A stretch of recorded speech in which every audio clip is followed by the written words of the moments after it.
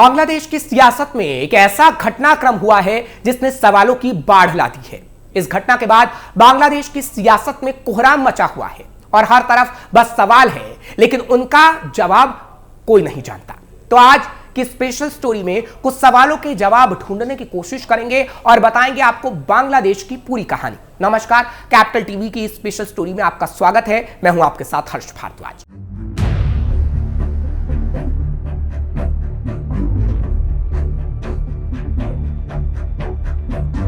बांग्लादेश की राजनीति में उस वक्त हड़कंप मच गया जब बांग्लादेश की पूर्व प्रधानमंत्री खालिदा जिया अचानक देश छोड़कर चली गई। खालिदा जिया के अचानक देश से जाने के बाद कई सियासी अटकलें भी लग रही हैं। वहीं खालिदा जिया की पार्टी के लोगों का कहना है कि यह यात्रा मेडिकल कारणों से हो रही है और इसके राजनीतिक मायने नहीं निकाले जाएं। हालांकि राजनीतिक उथल पुथल के दौर में जिया की विदेश यात्रा कई सवाल खड़े करती है। सबसे अहम बात यह है कि देश की राजनीति पर कई दशकों तक हावी रही दो शीर्ष नेता अब विदेश में हैं। पूर्व पीएम और आवामी लीग की अध्यक्ष शेख हसीना को पिछले साल अगस्त में छात्र आंदोलन से उभरे आक्रोश के बाद सत्ता छोड़कर भारत भागना पड़ा था। दरअसल बांग्लादेश की पूर्व प्रधानमंत्री और बांग्लादेश नेशनलिस्ट पार्टी यानी बीएनपी की अध्यक्ष खालिदा जिया 7 जनवरी को आधी रात 11:47 पर ढाका के हजरत शाहजलाल इंटरनेशनल एयरपोर्ट से लंदन के लिए रवाना हुई थी। एयरपोर्ट के वीआईपी लाउंज में बीएनपी स्टैंडिंग कमेटी के सदस्य अपनी नेता की सुरक्षित यात्रा के लिए दुआएं करने में जुटे थे। खालिदा जिया के लंदन जाने के लिए कतर के अमीर ने प्लेन भेजा था। बीएनपी के महासचिव मिर्जा फखरुल इस्लाम आलमगीर ने कहा कि खालिदा झूठे मुकदमों में 6 सालों से जेल में थी। कैद के दौरान वो गंभीर रूप से बीमार थी, उन्हें इलाज की जरूरत थी और हम शेख हसीना की सरकार से विदेश में इलाज के लिए आग्रह करते रहे, लेकिन अनुमति नहीं मिली थी। 79 साल की खालिदा जिया अपने घर से रात 8:12 निकली थी और कतर से प्लेन 10 बजे पहुंचा। खालिदा जिया को विदा करने बड़ी संख्या में बीएनपी के समर्थक एयरपोर्ट के करीब जुटे। 8 जनवरी की दोपहर बाद 2:55 पर लंदन के हीथ्रो एयरपोर्ट पर खालिदा जिया का विमान उतरा और वहां अगवानी में उनके बेटे तारिक रहमान मौजूद थे। किससे मिली खालिदा जिया? खालिदा जिया के सलाहकार जहीरुद्दीन स्वप्न ने उनके लंदन जाने को लेकर एसोसिएट प्रेस को इस संबंध में जानकारी दी। उन्होंने कहा कि पूर्व प्रधानमंत्री और बांग्लादेश नेशनलिस्ट पार्टी बीएनपी की प्रमुख एयर एम्बुलेंस से हजरत शाहजलाल अंतर्राष्ट्रीय हवाई अड्डे से रवाना हुई। खालिदा जिया का अपने बेटे और कार्यवाहक पार्टी अध्यक्ष तारिक रहमान से लगभग 7 साल बाद फिर से मिलना हुआ। बहू डॉक्टर जुबैदा रहमान ने खालिदा जिया के पैर छूकर उनका स्वागत किया। इसके बाद तारिक रहमान ने व्हीलचेयर पर बैठी अपनी मां को गले लगाया। इस वक्त माहौल भावुक हो गया क्योंकि कार्यवाहक बीएनपी अध्यक्ष 7 साल बाद अपनी मां से मिले। इस मिलन को लेकर यूके बीएनपी के अध्यक्ष MA मालिक ने कहा कि यह एक अलग एहसास है, एक ऐसा पल जिसे शब्दों में बयान नहीं किया जा सकता। केवल वे ही लोग वास्तव में इस वक्त को अनुभव कर सकते हैं जो लंबे समय से मां से दूर रहे हों। खालिदा जिया को लेकर अटकलें। खालिदा जिया देश में होने के बावजूद लंबे समय से सक्रिय राजनीति से बाहर रहने पर मजबूर थी, लेकिन वह लंदन तब गई जब उनकी पार्टी देश में चुनाव की मांग कर रही है। बांग्लादेश में कई लोग ये आरोप लगा रहे हैं कि अंतरिम सरकार जानबूझकर चुनाव में देरी कर रही है। बांग्लादेश के एक पत्रकार सलाहुद्दीन शोएब चौधरी ने एक्स पर लिखा कि पहले मोहम्मद यूनुस और उनके छात्र समर्थकों ने शेख हसीना को सत्ता से बाहर किया और अब चुनाव नहीं कराकर ये बीएनपी को भी रास्ते से हटाना चाहते हैं। बांग्लादेश के अंतरिम सरकार के प्रमुख मोहम्मद यूनुस जल्दी चुनाव कराने के मूड में नहीं दिख रहे हैं। हालांकि मोहम्मद यूनुस ने जल्द ही चुनाव कराने का वादा किया था।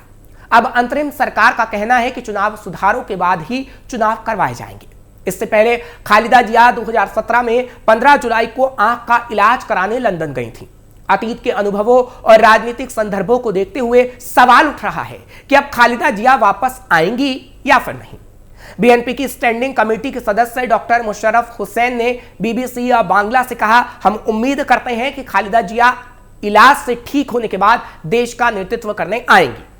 बीएनपी एडवाइजरी काउंसिल के सदस्य सैयद हुसैन अलाल ने कहा, बांग्लादेश के लोग शायद निराश होंगे क्योंकि अतीत के अनुभव बहुत खराब रहे हैं, लेकिन हमें डरने की जरूरत नहीं है, फिर भी हम सतर्क हैं।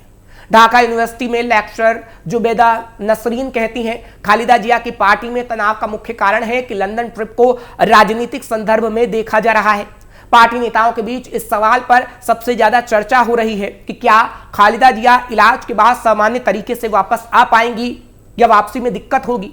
इससे पहले 2007 में सेना समर्थित केयरटेकर सरकार ने आवामी लीग की अध्यक्ष शेख हसीना को वापस लौटने से रोक दिया था। तब शेख हसीना के सामने शर्त रखी गई थी कि वह आने के बाद सक्रिय राजनीति से दूर रहेंगी। क्या दोनों पार्टियां राजनीति से हो गई हैं बाहर? क्या दोनों पार्टियां राजनीति से बाहर हो गई? मोहम्मद यूनुस से उनके समर्थक राजनीतिक पार्टी बनाने के लिए कह रहे थे, लेकिन वह अभी तक इसके लिए तैयार नहीं है।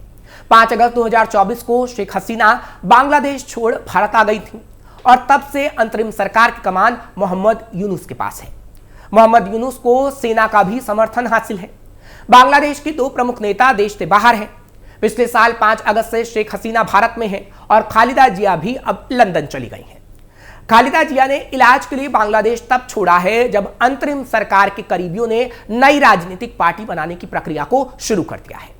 वहीं सरकार का एक समूह कह रहा है कि पहले चुनाव सुधार होगा, तभी चुनाव की घोषणा होगी। अंतरिम सरकार की इस बात के लिए आलोचना हो रही है कि सरकार में रहते हुए नई राजनीतिक पार्टी कैसे बनाई जा सकती है, लेकिन इसके जवाब में लोग कह रहे हैं कि जिया और रहमान जब सत्ता में थी तभी उन्होंने नई पार्टी बनाई थी। अभी तक यह भी स्पष्ट नहीं है कि बीएनपी के कार्यकारी अध्यक्ष तारिक रहमान कब वापस लौटेंगे। अब खालिदा जिया भी लंदन चली गई। ऐसे में सवाल उठ रहा है कि पार्टी का क्या होगा। क्या लौट पाएंगी खालिदा जिया? हाल ही में बांग्लादेश के सेना प्रमुख वकार उज जमा और खालिदा जिया की मुलाकात हुई थी। इस मुलाकात को लेकर भी अटकलों का बाजार गर्म था। बीएनपी के सहयोगी इस मुलाकात में कुछ भी नकारात्मक नहीं देखते हैं। हालांकि खालिदा जिया के विदेश जाने को लेकर पिछले कुछ महीनों से चर्चा गर्म थी। इस यात्रा में देरी के कई कारण थे।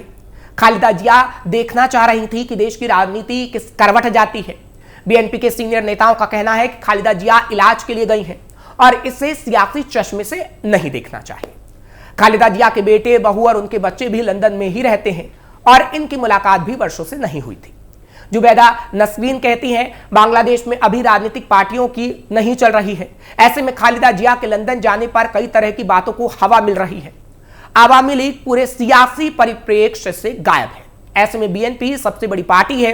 ऐसी स्थिति में खालिदा जिया कहीं जाएंगी तो लोग बातें तो करेंगे ही। बीएनपी नेताओं और कार्यकर्ताओं के जहन में अतीत के अनुभव अब भी जिंदा होंगे।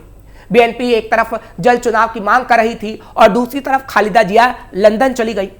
यहां तो उम्मीद की जा रही थी कि तारिक रहमान वापस आएंगे। ऐसे में सवाल उठना बहुत स्वाभाविक है। शेख हसीना की दुश्मन नंबर 1। नोबेल शांति पुरस्कार विजेता मोहम्मद यूनुस के नेतृत्व में एक अंतरिम सरकार का गठन किया गया जो फिलहाल देश की सत्ता को संभाल रहा है। जिया को अपदस्थ प्रधानमंत्री शेख हसीना के शासन के दौरान भ्रष्टाचार के 2 मामलों के कारण 17 साल की जेल की सजा सुनाई गई थी। भ्रष्टाचार के दोनों कथित मामले उस वक्त के थे जब जिया 2001-2006 के दौरान प्रधानमंत्री थी। उनके समर्थकों का दावा है कि आरोप राजनीति से प्रेरित थे। हालांकि हसीना सरकार इससे इनकार करती आई। यूनुस के शासन में जिया को नवंबर में एक मामले में बरी कर दिया गया था और दूसरे मामले की अपील पर मंगलवार को सुनवाई हो रही थी। शेख हसीना की कट्टर दुश्मन माने जाने वाली 78 वर्षीय खालिदा जिया मुख्य विपक्षी दल बांग्लादेश नेशनलिस्ट पार्टी की प्रमुख है। साल 1991 में खालिदा जिया बांग्लादेश की पहली महिला प्रधानमंत्री बनी। उनके पति जियाउर रहमान की हत्या के बाद उनका राजनीतिक जीवन का उदय हुआ। खालिदा जिया को भ्रष्टाचार के एक मामले में 17 साल की सजा को सुनाया गया था। इसके बाद 2018 में जेल भेज दिया गया था। अब देखना होगा कि बांग्लादेश में चुनाव होंगे तो क्या फैसला जनता करती है। स्पेशल स्टोरी में फिलहाल के लिए बस इतना ही। बाकी खबरों के लिए आप देखते रहिए कैपिटल टीवी।